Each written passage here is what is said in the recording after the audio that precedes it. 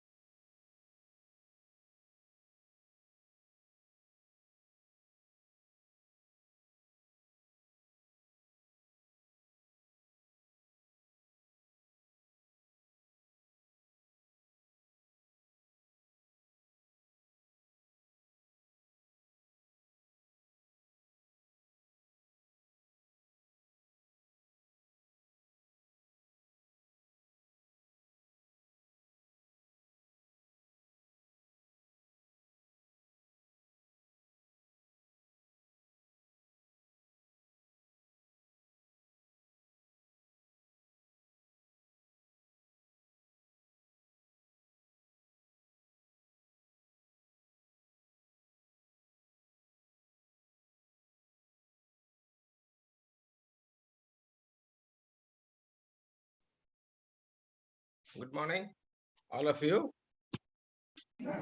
Good morning, sir. Yeah.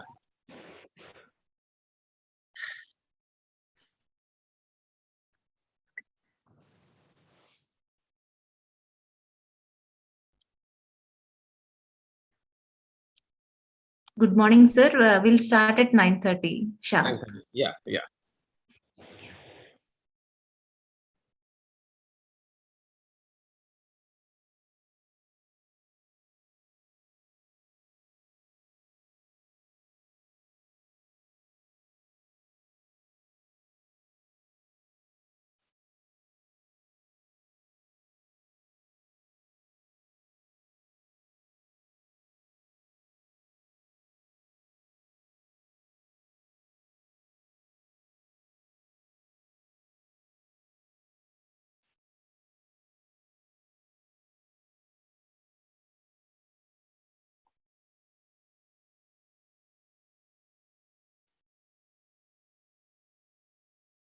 Good morning, one and all. Welcome to the second day of AICTE ISTE Online Faculty Development Program on Pedagogy and Research Methodologies. I take this opportunity to welcome our today's keynote speaker, Dr. Joshua Ernest, Department of Electrical and Electronics Engineering Education, NITTR, Bhopal. Sir has obtained his undergraduation from Kerala University, Master of Technical Education from Bhopal University, MTech in Heavy Electrical Equipment from Barkatullah University, Bhopal, and PhD from Barkatullah University, Bhopal. He has served several years of academic experience where he served as NBA evaluator for accreditation of educational programs in various universities and institutions. He has guided many PhD candidates and adjudicated PhD theses. He has been a consultant for outcome-based curriculum to different universities and autonomous institutions and Board of Technical Education. Sir has evolved outcome-based education system and innovative curriculum models, editorial committee member for Technical Education Journal, guided ME dissertations. He has received Best Paper Award on Wind Power for the book Wind Power Plants and Project Development. He is a pioneer in the development of innovative graded laboratory equipments.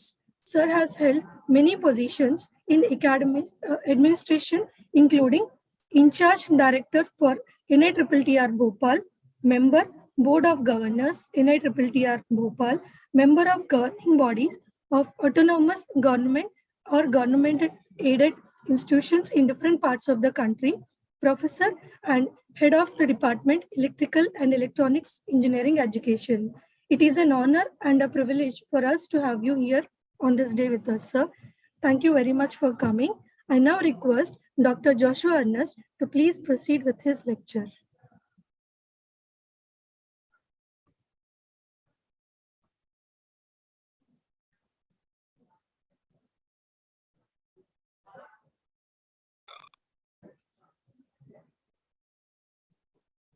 Good morning to one and all. It's a pleasure for me to be with you this morning. This morning, I'll be taking 2 sessions on outcome-based curriculum. Can you hear me and can you see me? Yes, sir. Okay, fine. And this would be an interactive session. And therefore, I would request that whenever I ask questions, I would prefer that you would unmute yourself and ask as well. This is what I would prefer. Okay. Just a minute. Yeah. I'll just share my screen right now.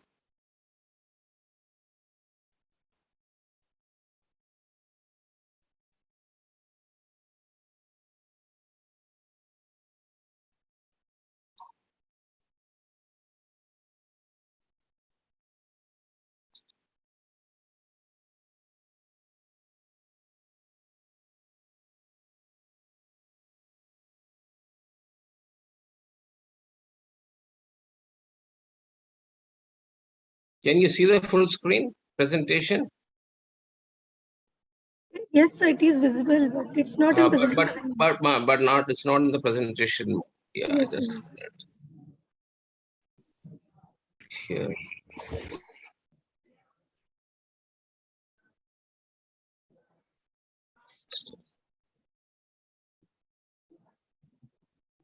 The screen is I think I'll opt out and come back. Yeah. Sir, press F5. F5. Okay, Yeah. see. You just cancel this and then do it. Oh, okay, fine. No, this message you have received, you please cancel. Don't save, cancel. Okay. Don't save. Yeah. 5.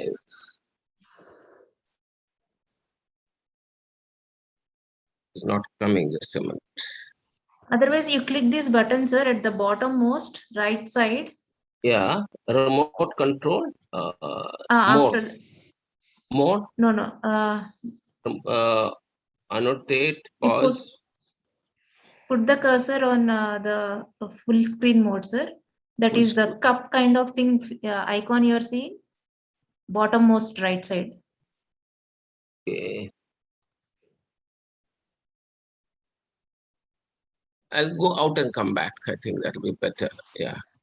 Oh, okay, sir. Yeah, that's better.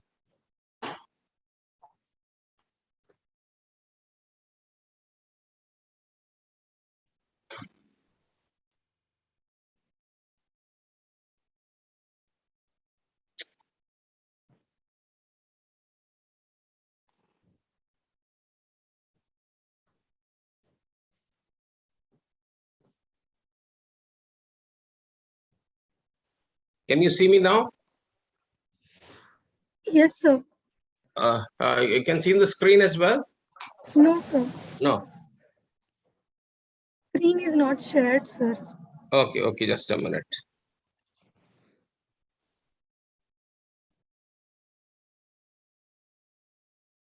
I'll full screen. Does it come now?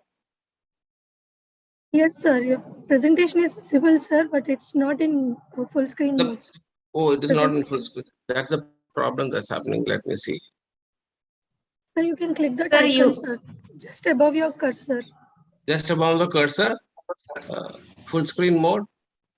No, sir. In the bottom, you can see ENGIN. Just above that, you have an icon. Above it. Just above it. Remote control is there, annotate is there, pause is there. These are the screens The that slideshow, sir. Above it. slide shows. Okay. The show thumbnail. Show small Sir, icon. otherwise, you can click just above insert. You have one more icon, sir. Above top, fourth icon above insert. The thumbnail is there. Yes, the fourth icon on the top, sir. Yeah. Okay. Yeah, this one. This one I've done. Let me see. Because we normally use Google Meet and I'm more comfortable with that, and WebEx also. Yes. Zoom. Sir, otherwise go to next to animations, you have a button slideshow. On the home, insert, draw, design, transitions, animations, and slideshow. On the top, you can see the on the top, that is one is home, insert. No, on the top I'm getting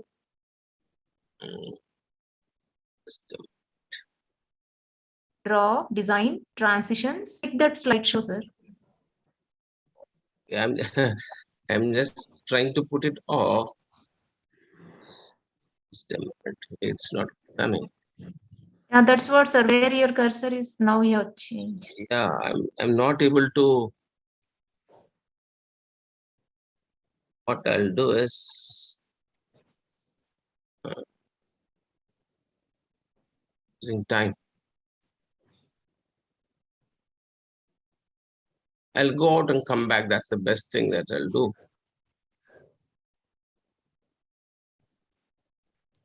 Sir, otherwise you increase your here at the bottom 65% is there. You make it 100% otherwise. Okay, just a minute.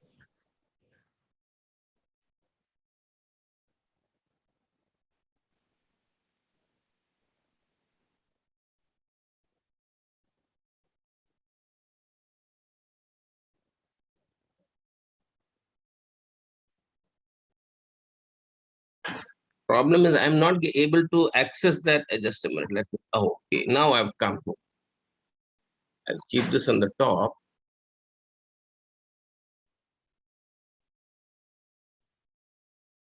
Can you see me now? Yes, sir. Yes, sir. Okay.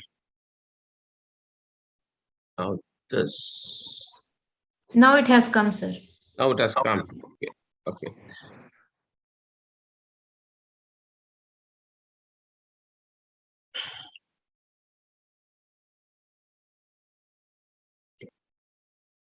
The problem is this screen. How can I reduce? That screen is also coming, isn't it? Or the top, can you see the mute and other things are there? Hello? No, sir. It's Yes, fine, sir. The strip is not going off. The strip. That will go, sir. When you start changing your slides, that will go off. Is it? Okay, let me see. Okay.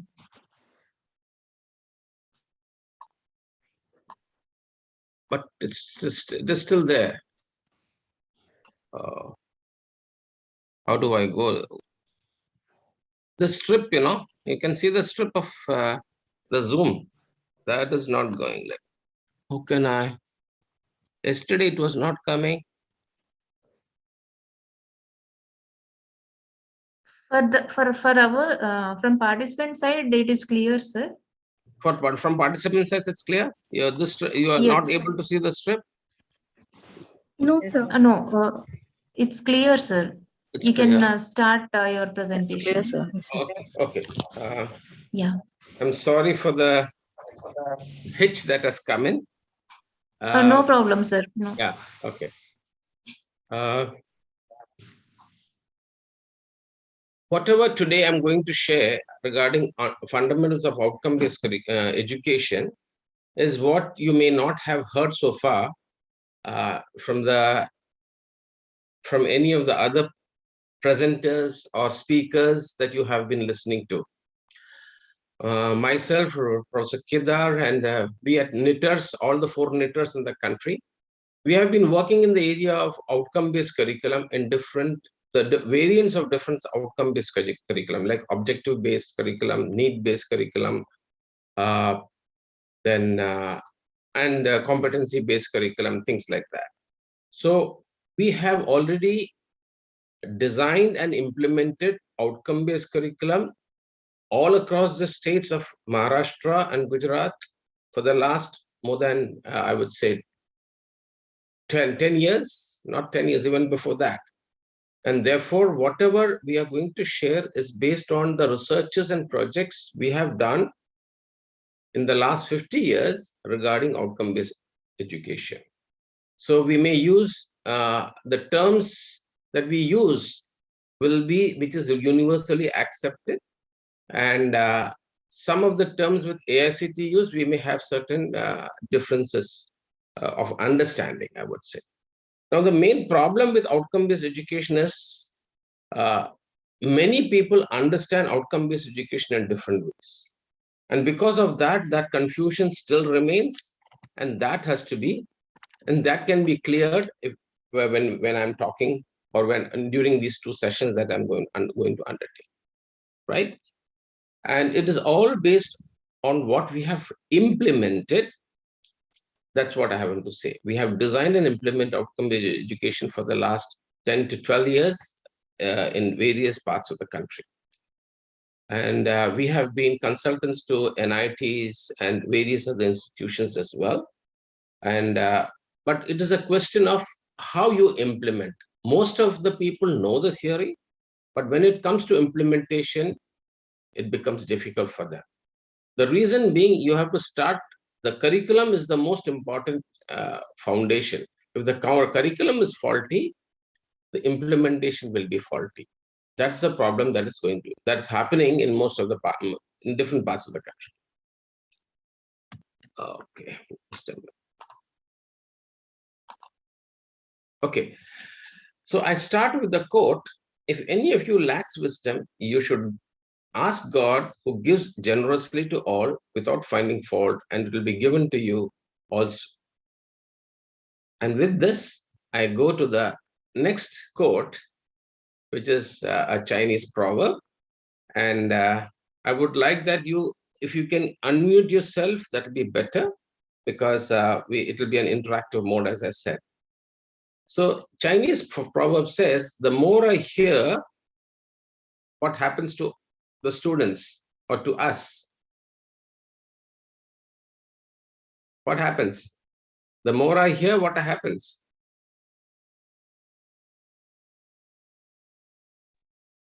More I learn. More you learn. It is the more I forget. So the more, okay. Next, more I see, what happens? Any of you? There's no penalty for wrong answers. More we can remember. Very good, very good. Who said that? I can from where you are? Bangalore, Government Engineering College, Bangalore, sir. Very good, very good. Excellent.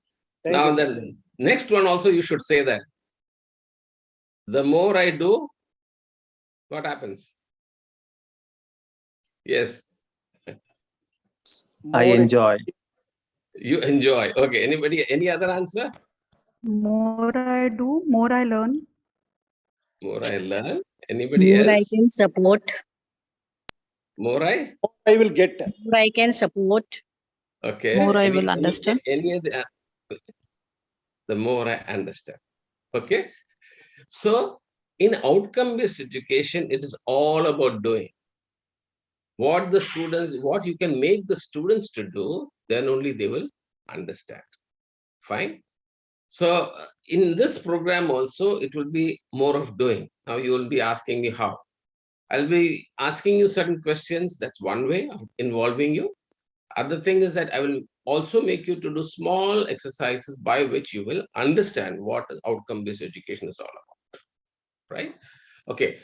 Now, the first outcome of this session, I have started with the outcome. Cement the main features of outcome-based education to connect with the industry for whom the professional graduates are being prepared by the engineering education system. Do you agree with this outcome? Yes. I have used the word cement. Cement is an action verb which is observable, which is measurable, and which is of terminal nature. Learn is an action verb, but it is of continuous nature. It does not have a ending. Study, learn, think, know, understand. These are action verbs, but they are not of terminal nature. In outcome-based education, the very first condition is that all the verbs that you use should be observable, should be measurable, and should be terminal in nature. So this is also, in this session, I would like to make you understand that outcome-based education is the connect with the industry. I've underlined the word connect because that is missing in the entire engineering education system of India. Once the connect is involved or established, they will be employable. One more question. What is the percentage of engineering graduates that is employable in India as per the NASSCOM survey? As the industry survey, what is the percentage of engineering graduates that are employable, that are coming out? Yes, I didn't hear. Can you speak louder? Hello, any one of you? What's the percentage? Yes, sir. Only 10%. Very good. It's around about 10 to 15%. 90% are unemployable. And that is happening only because the connect between the curriculum and the industry is not there. And that is what outcome-based education, the purpose of outcome-based education has been introduced. But still, that is not happening. And why is that not happening? We will just see. Okay. Now, the engineering educations, or I would say the university education in India, most of them is the hub and spoke model, where you have a central university and various affiliated colleges.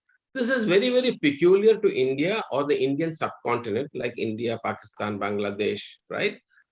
And this is one of the reasons why we are not able to really, I would say, develop.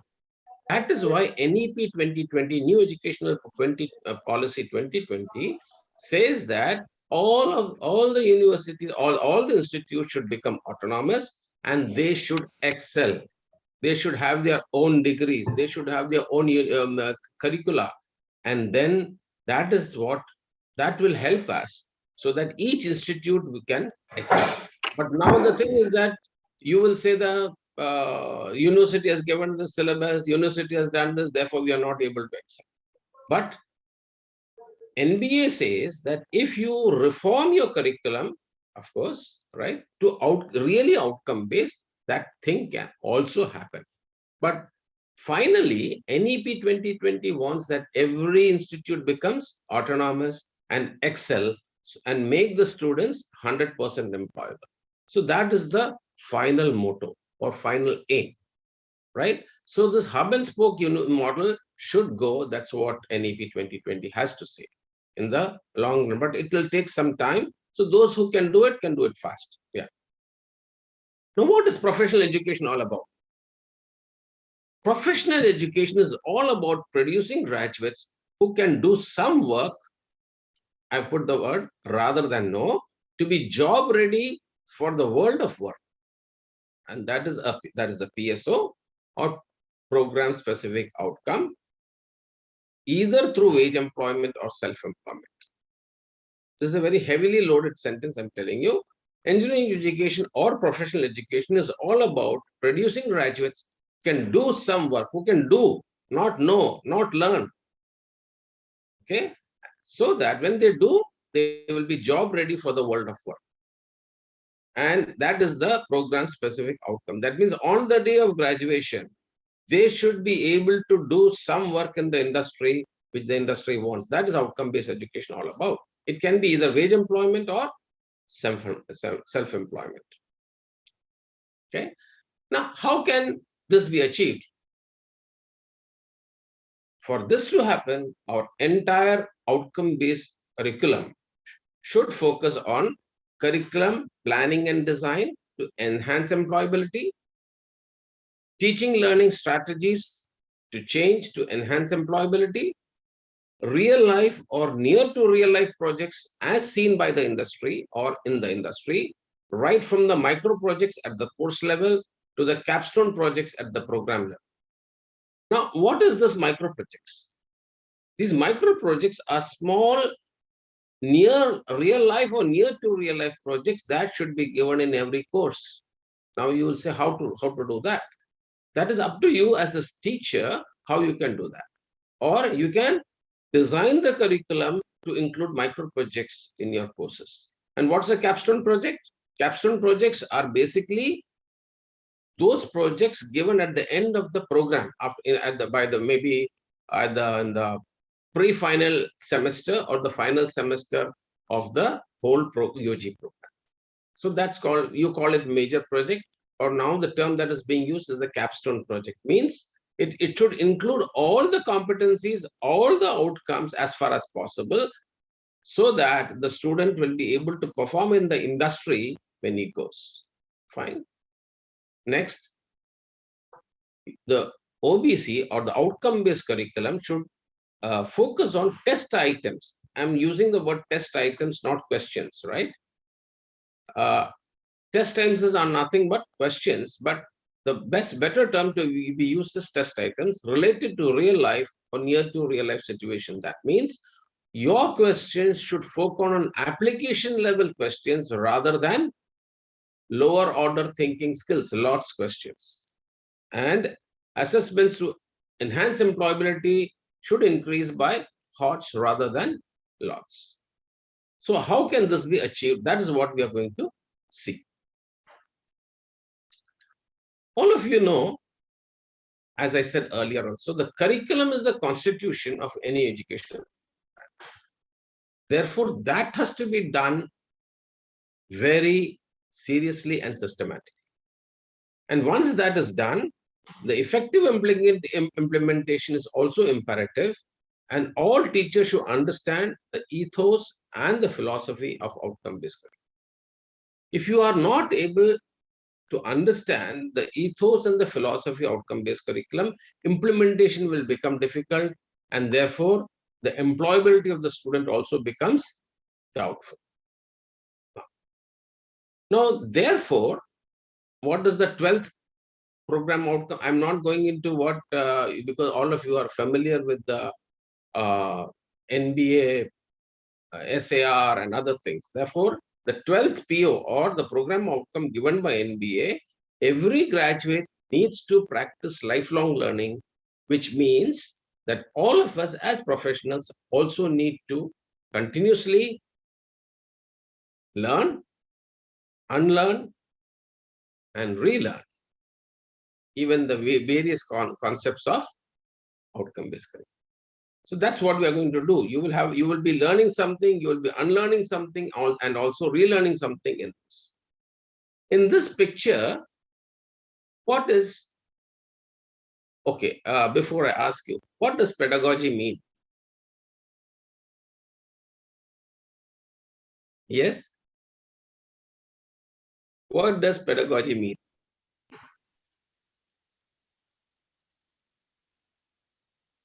Yeah, somebody, one of you or any of you can unmute and tell, what is pedagogy?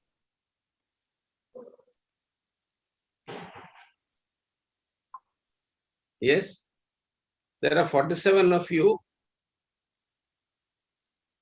Yes. Practice of teaching, especially academic and practice of teaching academic and any practical oriented subjects. Okay. Concepts. See, the root word peda means small, pediatrician, right? Pedagogy. So peda means small. the science of teaching young people is called pedagogy. Okay. And in this picture, what do you see? Are they young? No. They are not young. They are all old. I would say more than they're not teenagers anyway. So the science of teaching adults is called andragogy. And this session that we are having is andragogy. Therefore, you come with a lot of experience, you come with a lot of knowledge, and therefore, the speaker who's speaking, right now I'm speaking, tomorrow or later somebody else will be speaking. So when people like us speak, it is difficult for you to sometimes to relate because you have to unlearn certain things and relearn certain. Then only you will be able to understand because you come with a lot of knowledge. Teaching PEDA or the young people is much more easier because they come with a clean slate. It's much easier to teach them. But to teach adults, it becomes difficult because you come with a lot of knowledge already. And some knowledge may be wrong, some knowledge may be correct. Therefore, learning, unlearning, relearning should undergo all through our life. Even now, I'm doing that. Okay, so now let us see this picture. I taught my parrot to whistle. He's telling his friend. His friend is telling, but I don't hear him whistling. He laughs and says, ha ha, I only said I taught him. I never said it learned to whistle. This is what is happening in most of our education system. And OBE, it is not what teachers teach, but it's what the students can do consequent to our teaching. It is not what students can know and understand. No. What the students can do is the heart of outcome-based education. See, we may teach them, they may understand. A student who understands cannot do. But if a student who does, it means that he has understood. So understand the reverse is not, see, the forward thing is not true. Understanding does not indicate that he or she can do. But doing definitely indicates that he or she has understood. Therefore, outcome-based education is all about doing. This is what we have to always clear. So when we teach in outcome-based curriculum, you have to have outcomes which are observable and measurable so that we can see that the student is doing something. That's the thing. Now, what is traditional education? The outcome is unknown to the students. All the outcomes is there in the head of the teacher, and the teacher may have outcomes which every other teacher may not have.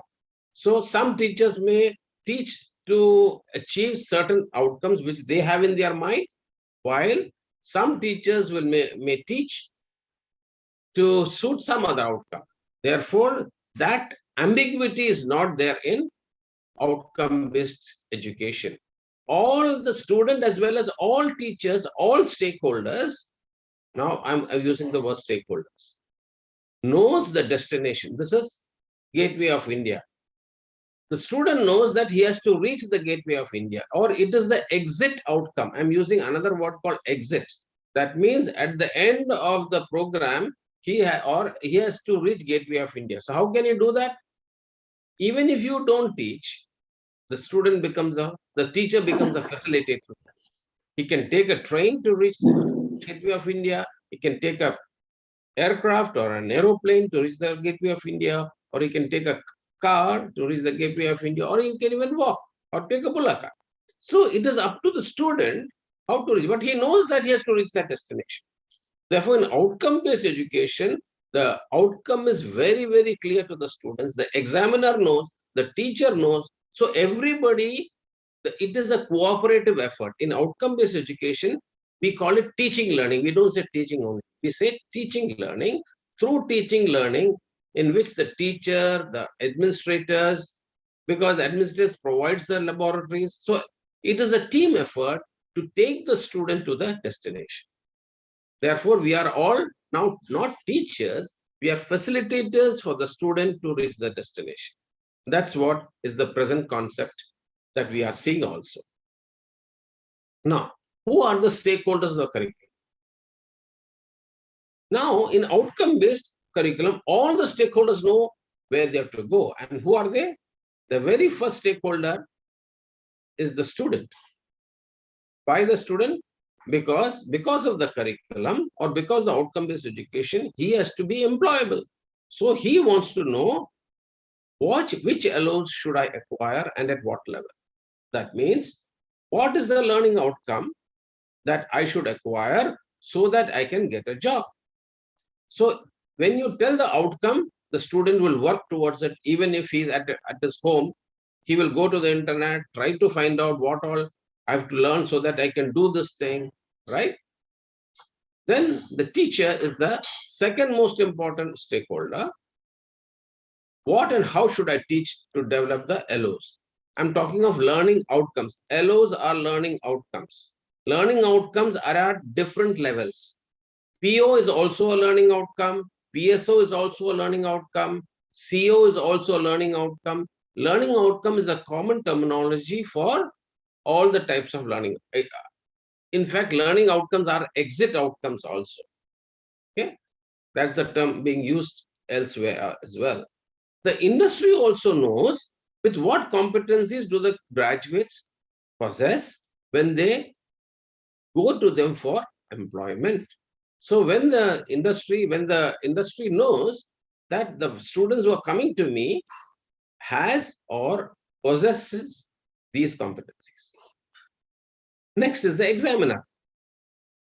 Examiner also wants to know what learning outcomes should I assess and how to assess the attainments of the learning outcomes. Then the supporting staff. This is also another stakeholder. He will want to know from the curriculum which equipment or instruments and consumables are to be kept ready to develop the learning outcomes. Then the curriculum developer. That means the curriculum development team would like to know for whom is the curriculum meant for, to decide the PSOs to be included in the outcome-based curriculum. That means when you design your curriculum, you will decide your PSOs, and it is the curriculum developer who does that, or curriculum development team who does that. Okay. The administrator also would like to know what facilities must be provided to implement the outcome-based curriculum. Then we have the government, and then we have the society. So all these stakeholders would like to know what are the outcomes at different levels that the students will have to acquire, so that they can be taught accordingly. They can be also be assessed accordingly, and they can also be certified accordingly. And the government would like to know, will the unemployment decrease? So the outcome-based curriculum should be so designed that the unemployment level comes down, and I would say we should aim for the sky, and so that we land at the tree. So you should aim for 100% employment. But even if that is at least 95% performance, it should not be now as it is 10 or 15%, which the industry says. So that is our aim, and how they have to do that, we'll see how it has to be done. Now, look at this. There is a paradigm shift. There's a paradigm shift in the traditional education to outcome-based education. What is that? You already know that. I'll just rush through this because you have already learned much of it. It is teacher-centric to student-centric, input-based to outcome-based. It is teacher information as a dispenser, as we have seen, while teacher is a learning facilitator. This is most important thing for a teacher who's handling outcome-based curriculum. From discipline-specific to interdisciplinary, most of the projects that you give, they are not only electrical, they are not only mechanical, they are not only civil. It crosses. That's why we teach them general mechanical engineering, general electrical engineering, general electronics engineering in various courses, right? Then from campus-centric to anywhere and online-centric. Then time-specific to any time. And then you have industry-specific, right? Okay. So now if you go forward, you will realize OBE is a game changer for a knowledge-based economy. Therefore, with the disruptive technologies coming that are changing the way of life in the society, the conventional syllabus public curriculum need to undergo a change by adopting the OBC, which is most important one. And who is this Michael Hammer? Incremental and evolutionary changes will not happen in re-engineering. It is a total rehaul. Michael Hammer is the father of re-engineering. This is what he has said. So OBE, all those who are tinker, if you tinker with it, rather than tinkering with the traditional curriculum here and there, OBC is a total transformation. You have to undertake a total transformation of the curriculum. Even now, most of you are tinkering here and there, and that is why outcome-based education is not becoming effective. Now, what are the types of curricula?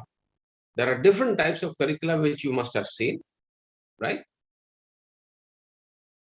There's the individual-based curriculum, in which the curriculum is focused on developing the individual. Then you have the subject-based curriculum, in which the focus of the curriculum is increasing or understanding the subject, like in BA, MA, BSc, MSc. They are all basically subject-based curriculum because it is to expand the horizon or expand the knowledge or understanding of the subject and not of the technology of the society. Then you have the industry-based curriculum, or I would say the professional-based curriculum, where you are preparing the curriculum so that it is required for that industry. When we are talking of mechanical engineers, we are talking of producing BE mechanical means we are producing people so that that graduate can work in the mechanical engineering industry, right? If it's electronics, so it is an industry-based curriculum. So engineering is basically an industry-based curriculum. But with the environments and all coming in, we may have to have a balanced curriculum. We may include environmental things. We may add some cultural aspects also, as we have seen, as AICT is talking about, so that a wholesome citizen is also built up.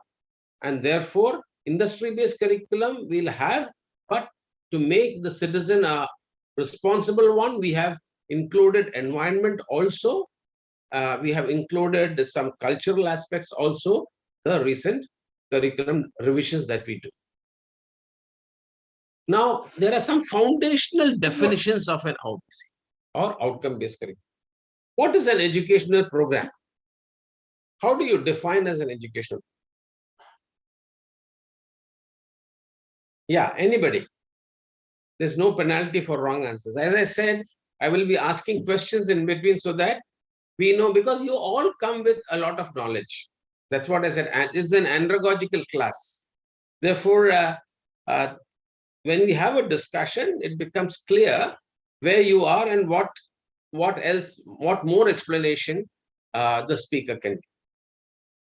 What do you understand by an educational program? Anybody?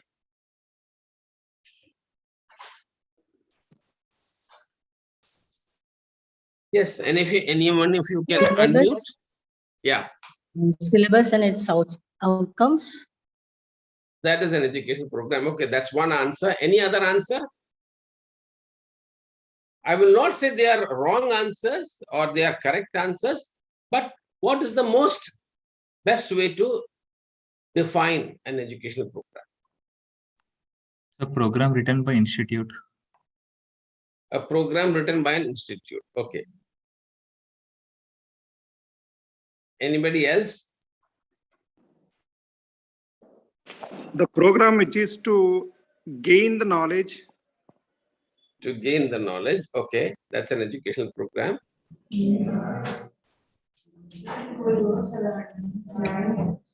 Yeah, somebody speaking. Can you speak louder, madam? I mean, to continue to learn and research in order to stay innovative. Okay. Sir, Yes. hello? Yes, yes, please. The Go ahead. program which makes the students to have a future that is the society needs is called as an educational program. Okay, very good. I think all of you have given some aspects of an educational program. I define it like this. An educational program is defined as a specialization or a discipline. It can be a UG program, it can be a PhD program, it can be a diploma program, it can be or a UG program, consisting of a number of interconnected courses, co-curricular and extracurricular activities that leads to the award of a PhD, PG, UG or diploma certificate, and on qualifying. Okay, only when you qualify you will be. So that's an educational program. So when we are talking of a UG program is called an educational program, a PG program is also an educational program, a PhD program. So program is the word used which leads to a certification. It can be a certificate program also, any certificate. So educational program is one entity which leads to a certification. Okay. Now, what is a course? This all of us should be able to define very easily. What is a course? Yes. We have said that an educational program consists of different courses. Now, what is a course? These are some of the foundational definitions. That's why I just want to highlight on this and go ahead. What is a course? Define a course, I would say. Yes, so that we can go fast. There's a lot of things we have to discuss, because outcome-based education is really within 2 days or 2 sessions, it's difficult to complete, but still we'll try to highlight some of the things. What is because these foundational definitions help us to understand the entire curriculum or the entire outcome-based curriculum. Yes, what is a course? I will come to course outcome. Also, what is a course outcome? We'll see the definition of that as well. But now, what is a course? For a particular time duration, what contents are to be covered, and what should be the weightage given to it? Very good, very good, very good. That's one definition. Any other?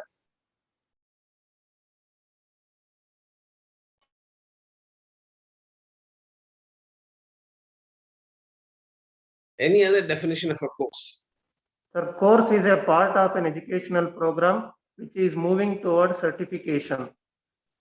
A course is a part of an education program. Okay, that is agreed. That we have seen in the earlier slide also. Educational program consists of a number of courses. Now, what is a course? It's a component of a program, subject which is a component of program. It is another way of saying that. It's a component. But what is that? What is a course actually? What does it contain? It can be specific type of.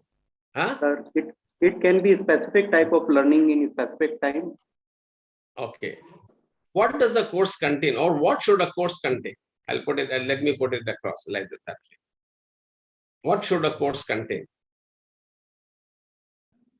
You have to see every semester training. you're teaching a course. So what should the course contain? Yeah. Particular subject training and knowledge. Okay. What is the difference between a subject and a course? Is there any difference, or there is no difference?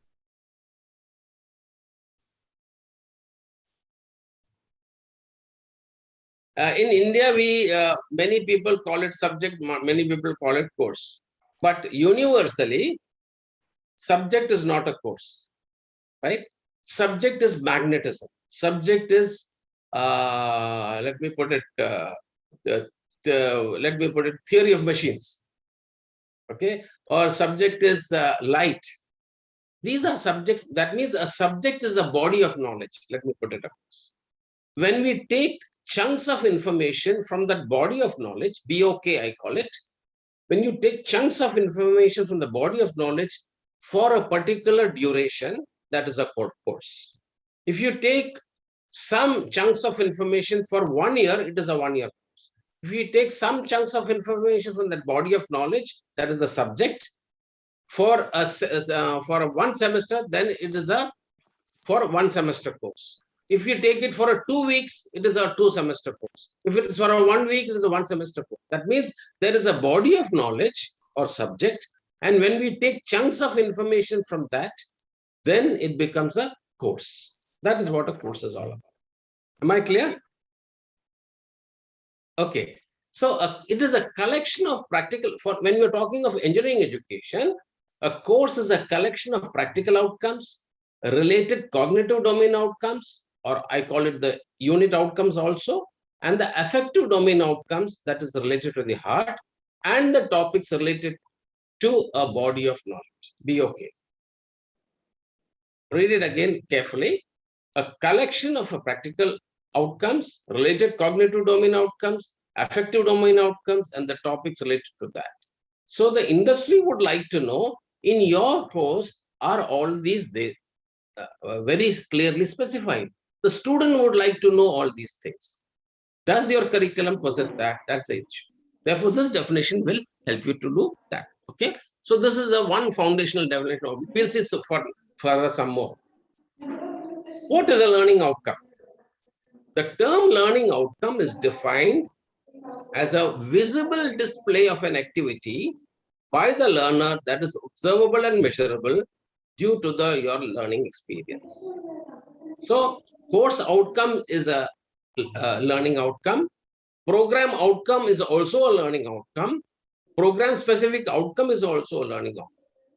So all these things are practical outcome is also a learning outcome. So learning outcome is a visible activity. Always remember that. You cannot use the word understand, analyze. You cannot use the word learn because they are not visible display. They are taking place inside the brain. Okay. So this is one thing. So a correctly framed learning outcome will have only a single action verb of terminal nature. That terminal nature there is observable and measurable. Fine. Okay. So this keep in mind whenever we are talking about outcomes. Now, what is curriculum development?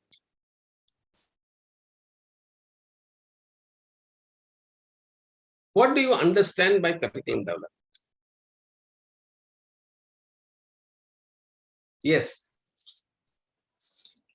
These are terms which you are using every day, day in and day out. That's why I'm asking these questions, so that we all understand it in or we come to a common platform. Yes. What is a curriculum development? Syllabus framing for the course or program. Okay, that's one. Any other?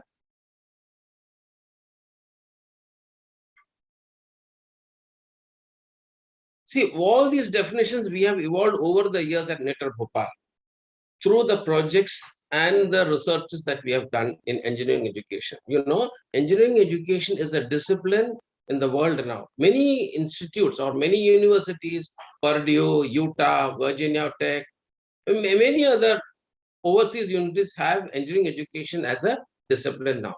See, it is because of those researchers, jargons are important because they communicate a meaning. So curriculum development is defined here as a systematic and logical 4-stage process to maintain state-of-the-art improvements in educational programs and courses, enhance accountability and employability. That is what a curriculum development is all about. Now, it is when I say a 4-stage activity, what does it mean? It means there is curriculum planning, curriculum designing, curriculum implementation, and curriculum evaluation. So, curriculum planning and designing is done in India mostly by the central university, or if it is an autonomous institute like GRIT and others, you should have a curriculum development cell, CDC I call it, we call it at Netarbhopal. And there is a feedback which helps you to see where more improvements can be done. And the entire thing is called curriculum development. So curriculum development is a 4-stage process. Every teacher has to undertake curriculum implementation. But curriculum planning and designing, every teacher may not be doing it, but partially they may be doing now and then. But curriculum implementation is done day in and day out by every teacher in every institute or every university. So this is the basic definition of a curriculum development. Now, what is curriculum planning? Now we start with planning so that you know what happens in curriculum planning. First of all, you have to undertake the occupation analysis of each program. If you really want to cement the connect between the industry and the curriculum, undertake occupation analysis of each education program. Maybe it's a UG electrical engineering, maybe it's undergraduate mechanical engineering, undergraduate civil engineering. So critically examine the present and the future job functions in the industry for each. That is the first thing in curriculum planning that you do. And how will you do that?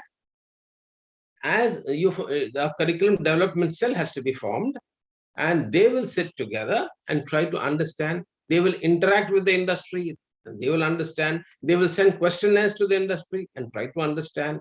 So one example of a job function by an electrical engineering graduate from a BTech program in the MMS type of, and I'll come to that. Manufacturing, marketing, and service type of industry is test, market, and service electrical equipment. This is what generally an engineer does in the electrical engineering education or occupation. Okay. So if he has to do this, what should the curriculum be?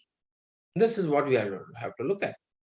Now, therefore, every institute should have a curriculum development cell, which should have members from the teachers, which should have members from the industry, which should have curriculum development specialists. Like now you will ask where can we get the curriculum development specialists? knitters are there, plus you yourself can undertake training in various aspects of engineering education and you become a curriculum development specialist. So these three categories of people should be there in a curriculum development cell. Now, what are the functions of the curriculum development cell?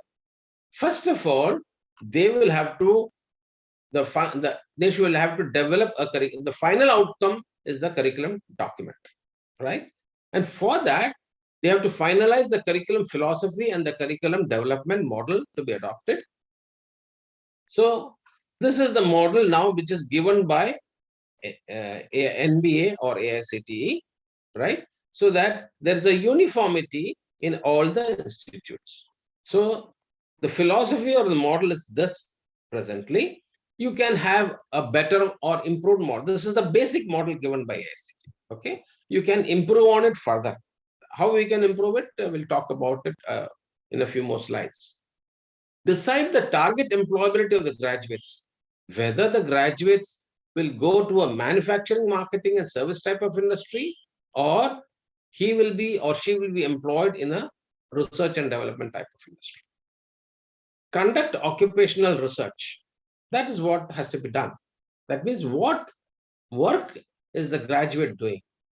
Or what work is the postgraduate doing? If you are developing a postgraduate curriculum, you'll have to find out what will a postgraduate do, or what is expected by the industry from a postgraduate engineer. That occupational research will have to be done. Conduct the curriculum analysis of each program. That means you examine the program right now, whether that is really fulfilling the needs of the industry. If not, find out what are the design research tools to collect responses from the employers and the alumni to identify the needed competencies to be included in the curriculum. right? And then finalize the competencies, map the competencies with the relevant courses. So these are some of the things that has to be done. And benchmark, that means at least 30% of your curriculum, especially I'm talking of autonomous bodies, institutes, should be different from the other curricula. Then only your curriculum stands out from the remaining. Otherwise, you are almost like a hub and spoke institute. Okay. Okay. Now, coming to the employment part, when you do occupational research, you will understand that only 5% is being employed by the government. 15% are self-employed, 10% by the unorganized sector, and 70% by the private sector. So this is a research that has been done, and more or less, these percentages may slightly differ, but by and large, they are the same. And the industry wants competent graduates. Now, how will we fulfill that? Let's look into that. So first of all, we as teachers should understand where we are operating. The technical education system is part of the supra system of the higher education, and the engineering education college and the polytechnics and the ITI, they are the subsystems. And the entire system is feeding to the industry. That's where employability comes in. So the occupation, when you do the occupation analysis, you will find that many times you are the UG fellow is learning diploma level competencies, and the diploma level fellows are trying to learn UG level competencies, which the industry doesn't want. The diploma the industry expects different type of competencies from the diploma holders or the technologists, we call it, and they expect different types of competencies from the undergraduate the graduates from the undergraduate. Okay, so this occupation analysis will help you to understand that, and therefore you will be I will offering curricula, or you will be teaching in such a way that the students, the graduates, are employable. Now, what do you understand by an industry? Yes. So in between, I'll be asking questions, but see, these are the terms which we often use. I mean, continuously use as engineering college teachers, we continuously use in our daily work also. So what do you understand by an industry?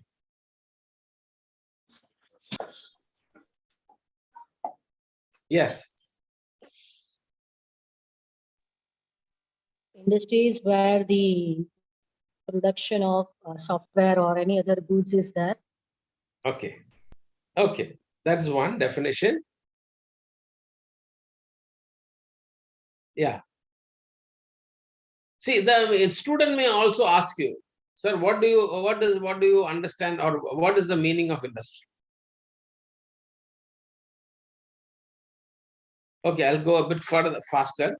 The term industry means any enterprise in the community or corporate sector, self-employed or wage-employed, that helps to earn one's livelihood.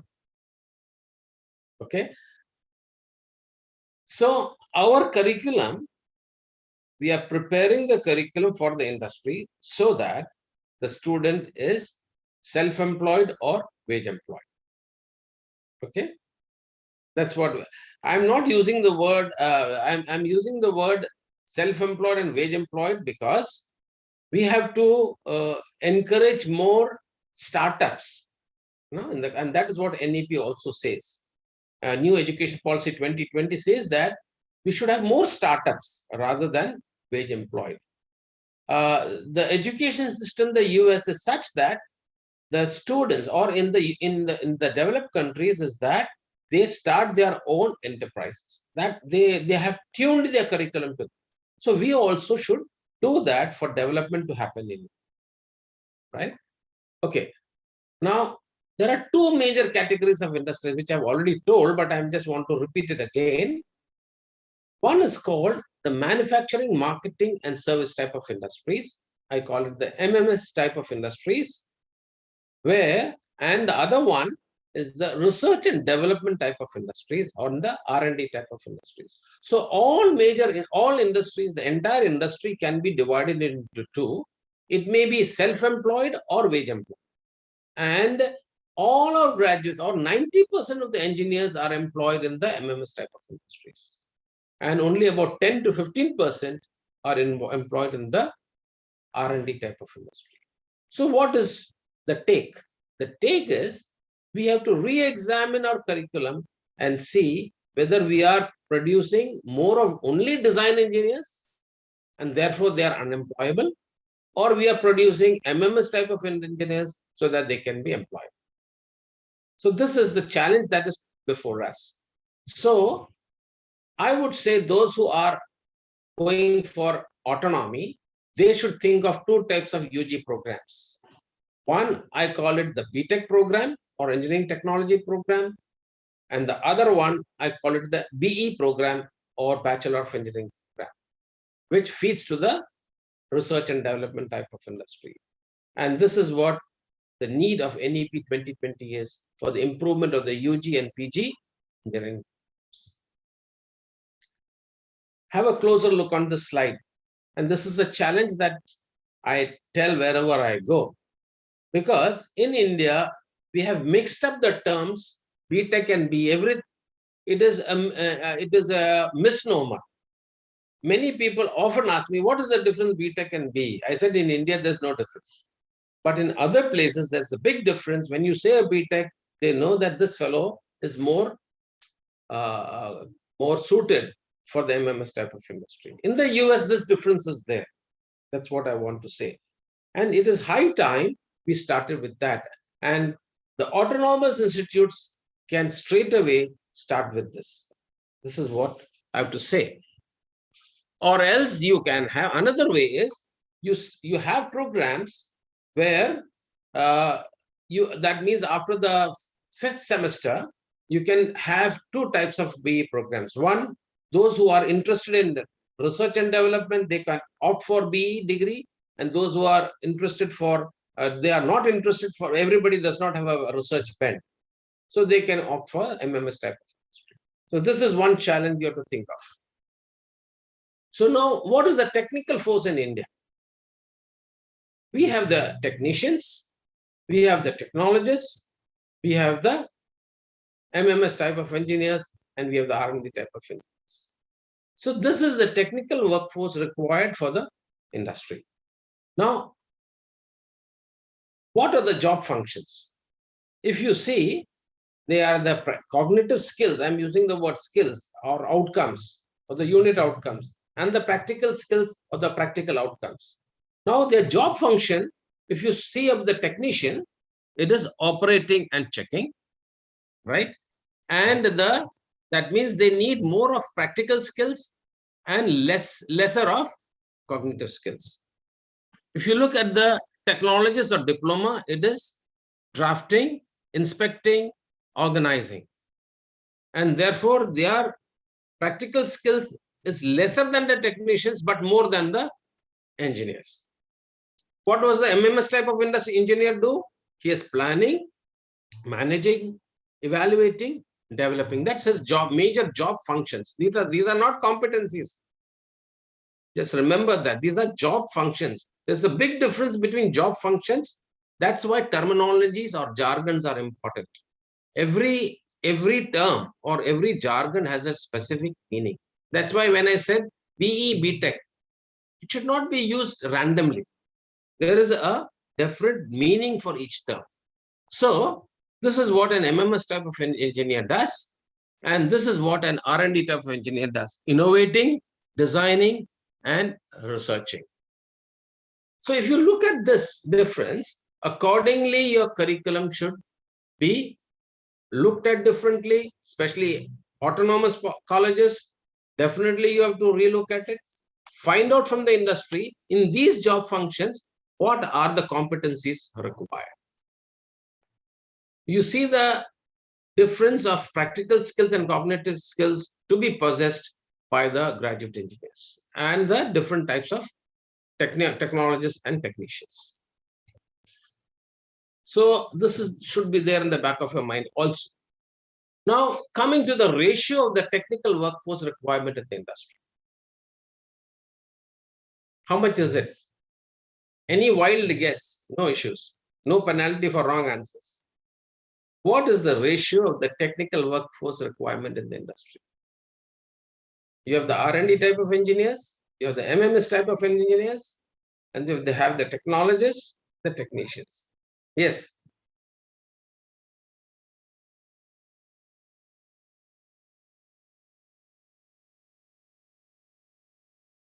Yes, please, I want some of you to unmute and speak. What is your wild guess?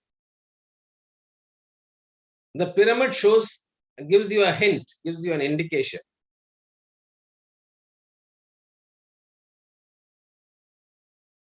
Yeah, please speak out.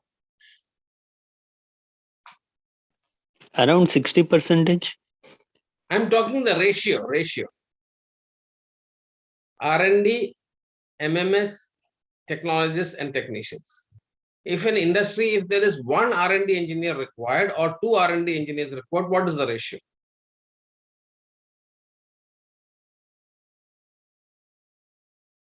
It is roughly 1:3:6:9. That means for one R&D engineer, you need 3 MMS type of engineers who will work on the shop floor or produce and market. You have 6 technologists who will work on the shop floor, manufacture, service, and you have 9 technicians on the shop floor. So this rough indication also gives you an idea how you should teach, what should your curriculum be. Okay, that is why I showed you this difference. That means whatever I'm telling you is, these are not available on the internet. Whatever I'm discussing with you now, you'll never get on the internet. Because these are the things which we at NITR Bhopal have been doing for the last decades. And therefore, we have been doing, therefore, you'll have to rethink of your curriculum. As I said, it's a re-engineering. Your curriculum, outcome-based curriculum should be re-engineered to meet these needs. Okay, now what is the curriculum life cycle?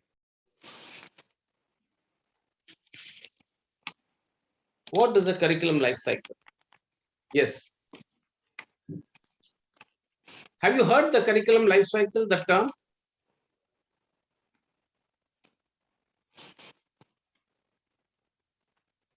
If you look at the university, 6 students enter the university and about 4 of them get employment, 2 of them drop out or they don't get employed, right? And from the industry, you collect the needs assessment, that is curriculum planning. That means why the 2 were dropped out or what have the needs of the industry changed, right? And then you prepare the curriculum document. Let us say this is the outcome-based curriculum. So you need at least 1 year to really make a very good curriculum document. If you're tinkering around with the old curriculum document, it will hardly take 1 week, 2 weeks. But if you're really doing an re-engineered outcome-based curriculum, it will take 1 year so that it matches with the industry. And then you implement the curriculum.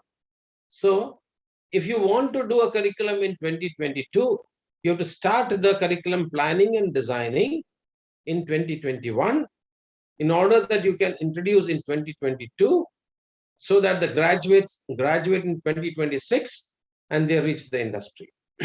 And then you do a curriculum evaluation to find out what are the lacuna, what were the problems in the, so that is one cycle of curriculum. That means once the graduates reach the industry and have worked at least for 1 year, then only you will really know whether your curriculum was okay.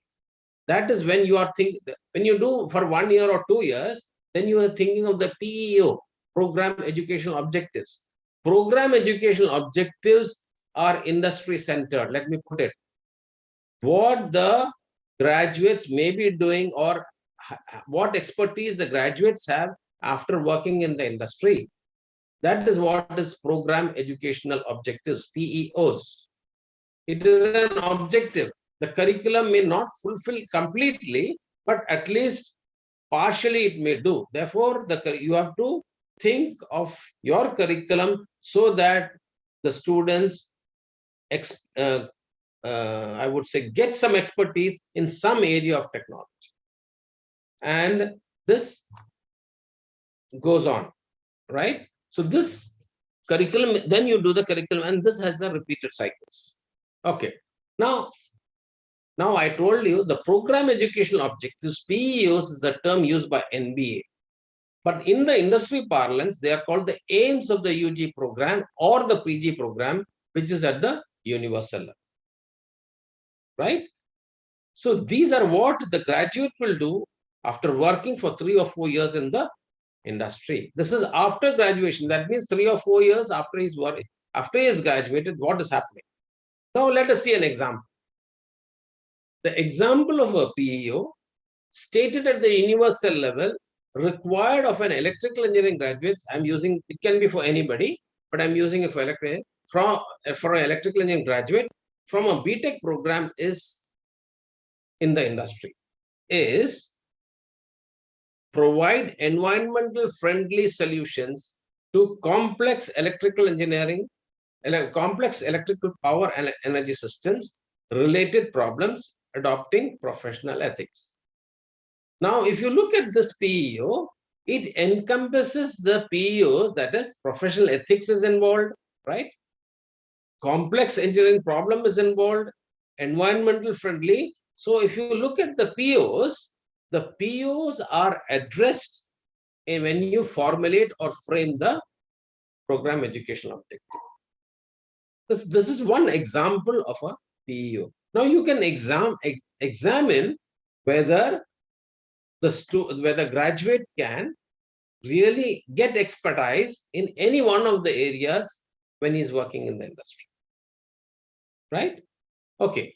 Now, therefore, what is an aim? An aim is a universal level outcome, or an aim is a PEO, and it is an open-ended futuristic statement about an educational program which excites people about the curriculum they have to design and implement so that the graduate gets employed. Okay, so PEO is SAR has given one. The NBA SAR has given what a PEO means, but actually it is an aim which the industry wants. It's a futuristic statement. Now, what is the industry expectation from various accords? The Washington Accord, based on which India is a signatory, it wants that every graduate is able to solve complex engineering problems, which means that complex have no obvious solutions and requires abstract thinking. Now, does your PEO, does our PSO, which is in your hands, reflect this? Or it is, you have just casually written? That's the basic thing that we inquire. So I've given you an example how a PEO is, it should reflect. Now, if you look at this, this example, I'm going back. Provide environmental friendly solutions. Provide is an action verb which is observable and measurable and of a terminal nature. You can't say understand or know. You can't use those words. It should be the outcome is observable and measurable. So you have to use verbs which are observable and measurable. Then only it becomes an outcome. Otherwise, it is not an outcome. That is what has to be taken care. So next comes the Sydney Accord. Sydney Accord is for the diploma engineer or for the technologist, and it is for broadly defined engineering problems.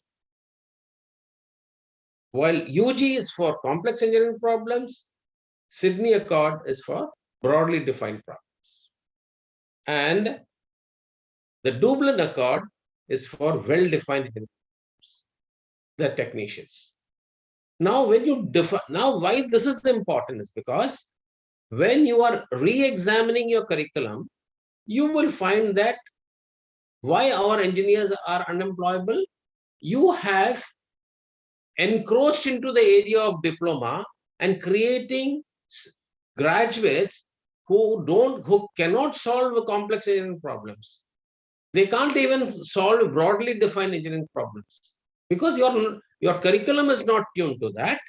Your outcomes are not stated in that way, and you're not teaching also in that.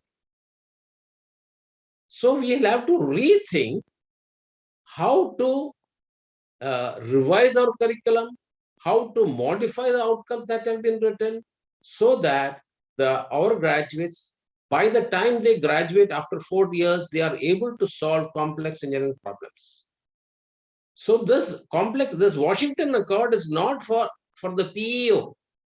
The PEO is after the graduate is working for 3 to 5 years.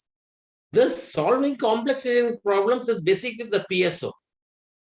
Have you written your PSO in such a way that he can solve complex engineering problems? If not, the student himself doesn't know that he has to solve complex engineering problems. That's the reason why unemployability is high in India. Okay, so this, we take care, note this, and it's very, very serious when you are thinking of curriculum design and implementation as well. Now, often the student who is the most important stakeholder of the outcome-based curriculum is not very clear about the different types of learning outcomes that he has to exhibit at different levels, right? Now, if I look at, tell about the PSO, PSO is an exit outcome. This solving complex engineering problem is an exit outcome at the end of the UG program. So, what is a PSO? The PSO is what the graduate will do on the day of graduation. Can he solve a complex engineering problem when he is given? That is what the industry wants. So PSO is that. Now, but the NBA calls it at the PSO, program specific outcome, while the industry calls it as a goal. The goal is a global level outcome. It is a subset of the aim, generally more in number, and is defined as a broadcast statement that indicate the end point of an educational program. You got it? It is an exit outcome or at the end point of an educational program. Therefore, it is called as program specific outcome, or the goal of the civil engineering program, the goal of the electrical engineering program, the goal of the mechanical engineering program. What is the PSO? The PSO is nothing but the goal. It is stated at the global level. Example, let us say an example. Determine the solutions to complex electrical power systems and smart grid problems. This is for the whole UG program of electrical engineering. This is what I have to say. Now you examine whether your PSO has been written like this correctly. And remember, your curriculum is for the student. Does the student know that he has to solve complex electrical systems and smart grid problems when he reaches the industry? We have said your curriculum should satisfy the present and the future needs. Smart grids are coming up in a big way. Have you introduced those such courses? And already rooftop solar systems have come up and they are feeding to the grid. Therefore, smart grid problems have come up. So it is not a futuristic, it is already coming. So does your PSO talk about that? That's the issue. Okay, we are running short of time. Now, another issue that has to be taken care is, you have the vision mission, you have about 3 PEOs, you have 12 program outcomes, 2 to 3 or 3 to 4 program specific outcomes, and then you have the industry-oriented CEOs. One misunderstanding that is prevalent in most of the engineering education universities or colleges is that the CEOs are misunderstood to be what? It is misunderstood to be cognitive domain outcomes. No. The CEO is a subset of a, or the CEO, the course outcomes is a subset of something else, of a big job. It is not a theory related outcome. It includes theory, practical, and affective domain outcomes. That is what is to be understood. So the issue now is there is a big gap between the PSO and the course outcome. Now, how did this 225 come in? Because every course has about 5 to 6 courses. So if for a UG program, it will be around about 225 or 250 course outcomes. Now this gap, how will you map that? It is very difficult to map the PSO with 225, from 2 to 3 PSOs and POs to go to 225. That mapping becomes difficult because, and you cannot even check the validity whether COs are written correctly. If the COs are not written correctly, then it is very difficult to map with the POs and PSOs. Right? So there is this big gap was remedied through the examination reform policy in 2018. To tide over this lacuna, AICT's examination reform policy 2018 introduced the industry-specific jargon called competency in between the PSO and the PSOs. Okay, now look at this is what is happening. So now the competencies have been introduced between those two, and that takes care of the continuous assessment as well. Now, therefore, what is a competency then? It is a display of the integrated performance of the related cluster of skill sets. I'm using the word skill sets. For the industry, for us, it is course outcome, but for the industry, it is a skill set. And that too at the threshold level. Now, this is a complex definition, but then I will explain to it a little more. Now, with the introduction of the competency in the examination reforms formula, each competency is a macro level learning. From here, that means every course will have a minimum of one competency, and from that competency, it is very easy to check whether the course outcomes are written correctly or not. Yeah, I'll go a bit faster. So this has been resolved now. Now, when a graduate is interviewed by the industry, often the first question the interviewer generally asks is what? Please unmute and speak fast. What is the general question that the industry asks a student when a graduate goes for his job? Yes. Which skills you have? Which skills you have? Okay, that's one question. Any other question? Experience. Experience. No, for a fresh graduate. I'm talking of a fresh graduate. Okay. Okay. Yeah. Why should we recruit you in our company? Pardon Why me? should we recruit you in our company? Okay, very good. That's another question. Any other question? What are the projects they dealt? What are the projects they did? Okay. Then? Why you are interested to join in this company? Okay, very good. Any other? Okay. Okay. What is your favorite course? Generally, I have seen this. Because they want to go from simple to complex so that the students don't get frightened. So they ask what, because everybody will say my favorite course is this. Am I right? Okay. Generally, that's how interviews start with simple to complex. What is your favorite course? And what will the answer be? Yes, there will be some answer. Maybe it's theory of machines. Maybe it's maybe the strength of materials or something like that. Okay. Or if it's pure mechanics, he will say heat engines. Okay. So due to then he will also say, because these interviews don't have enough of time, they'll say, due to the shortage of time, can you tell me once in one sentence what job you can do due to this course so that your salary is justified? This is generally what is asked. And this one sentence is what is a competency.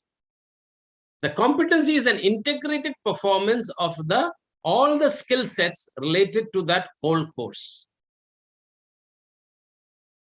Have you understood now why the competency is important? You are preparing the students for the job, for employability. That means if there are 45 courses in a UG program or 50 courses, at least for each course he can say that I have this competency to do. I can do this thing because of this course. So by writing competencies, clarity is there in the course outcomes. You are preparing the students for employability, right?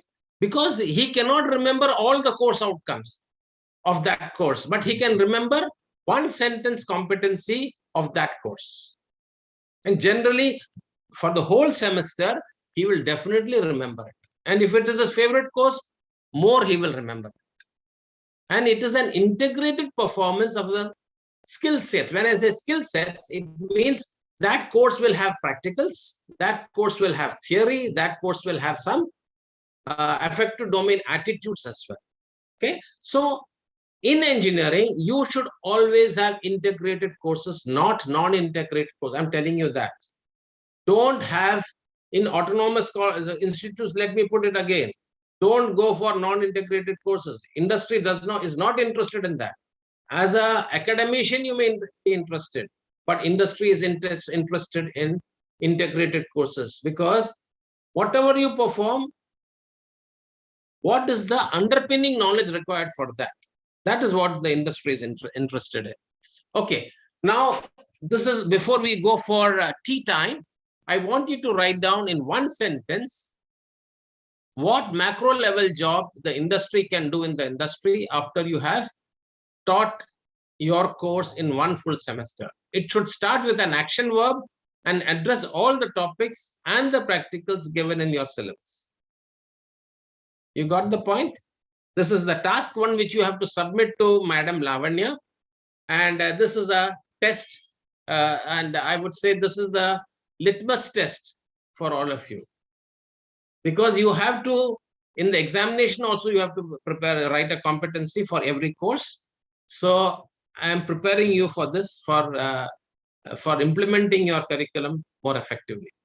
And I would request Madam Lavanya to send me all those, because then I can help you in that and giving you feedback as well. But after tea, it's 11 o'clock now, we will discuss some sample outcomes that you have written, sample competencies that you have written. So this one sentence is the competency for your course. Is the task clear before we break for tea? Tea time is 11 o'clock. Sir, yeah. I request all the participants to, you can post it in the chat box right now in the group. And also email to you, madam, because I want that the evidence is there. Yeah. Okay. And I want them to read out as soon as we come back from tea. This is my humble request. Sir, then it would be suggestible if we write it in the chat box, sir, so that everyone can read from here also. I would like them to write in the chat box. No, I would like them to write down on a piece of paper, because this is not a hypothetical exercise. They can take it back with them, and it is whatever we are doing. We are not doing theory. We are doing something that they can use it also. And I want them to read out, because when I speak out, it will be the feedback not for him or her only, but it is for the whole, for the entire audience. That's what I want to do, because I cannot give feedback to all 61 or 62 people, because it will be by giving feedback to 3 or 4 of them, I'll be able to help you out how competencies have to be written correctly. Is it okay? So when should we come back? 11:15, sir. 11:15, right? Okay. By that time, I'll try to find out how this problem, because I'm not able to see the last line because of that strip that is coming in Zoom. That is that problem is there. But you are not able to see the strip. Am I right? No, sir. No. You are not able. Okay, then we break for tea. Come back by 11:15. Thank you. Thank you, sir. All the participants, please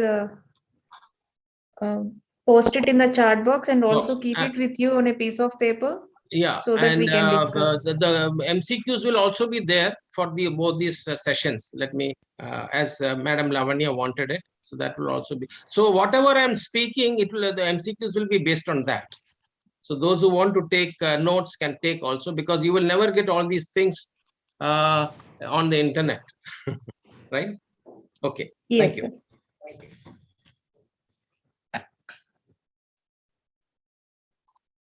Thank you, sir, for this enlightening and interactive session. The participants, I request all the participants to take a small break, and we shall resume our next session at 11:15 a.m. exactly. Yeah.